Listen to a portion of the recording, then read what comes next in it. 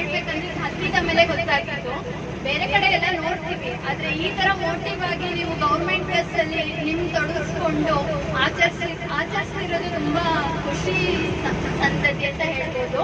ಅದ್ರಲ್ಲೂ ನೀವು ಫಸ್ಟ್ ಒಂದು ಸ್ಯಾಲ್ರಿ ಮುಡಿಪಾಗಿತ್ತು ಕನ್ನಡವನ್ನ ಮೊಬೈಲ್ ಬಿಟ್ಟು ಕನ್ನಡ ಬುಕ್ ಅನ್ನು ಹಿಡಿದು ಆ ಪದಗಳನ್ನ ಆಲಿಸಿ ಓದಿಸಿ ಅಂತ ಹೇಳೋ ನಾಲೆಜ್, ಮತ್ತೆ ಮುಂದೆ ಬರೋ ಪೀಳಿಗೆಗೆ ಕನ್ನಡ ಉಳಿಸ್ಬೇಕಂತ ಇರೋ ನಿಮ್ಮ ತೆರೆಯಲ್ಲಿರೋ ಆ ನುಡಿಗೆ ನನಗೆ ಖುಷಿ ಆಯ್ತು.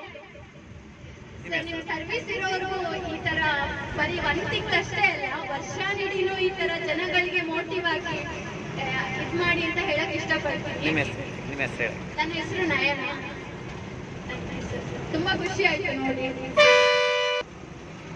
ಶುಭ ಸಂಜೆ.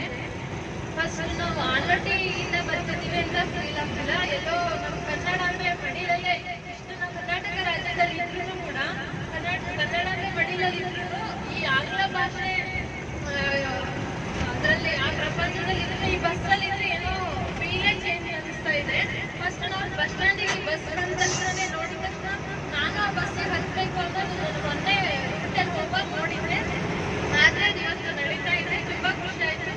ಬಸ್ ಹತ್ತದಾದ ಒಳಗಡೆ ಇನ್ನೂ ನೀವು ಮಾಡ್ತಿರೋ ಪ್ರೋಗ್ರಾಮ್ ಆಗಲಿ, ಈ ಸುತ್ತ ಇರೋ ನೀವು ಹಾಕಿರೋ ಎಲ್ಲ ಚಾರ್ಟ್ ಆಗಲಿ, ಇದರಿಂದ ಎಷ್ಟೋ ಜನಕ್ಕೆ ಗೊತ್ತಿಲ್ಲದೆ ಇರ್ತಕ್ಕಂಥ ನಾಲೆಡ್ಜ್ ಎಲ್ಲ ಚೆನ್ನಾಗಿ ಸಿಗುತ್ತೆ. ನೀವು ಮಾಡ್ತಿರೋ ಸ್ಕೀಮ್ ತುಂಬಾ ಚೆನ್ನಾಗಿದೆ. ಹಾಗೆ ನೀವು ಇದನ್ನ ನಡ್ಸ್ಕೊಂಡು ಹೋಗ್ತಾ ಇರೋದು ತುಂಬಾ ಖುಷಿ ಆಯ್ತು. ನಿಮ್ಮ ಡ್ರೈವರ್ ಹಾಗೂ ಕಂಡಕ್ಟರ್ ಇಬ್ಬರಿಗೂ ಧನ್ಯವಾದಗಳು. ನಿಮ್ಮ ಹೆಸರು ಹೇಳಿ. ನನ್ನ ಹೆಸರು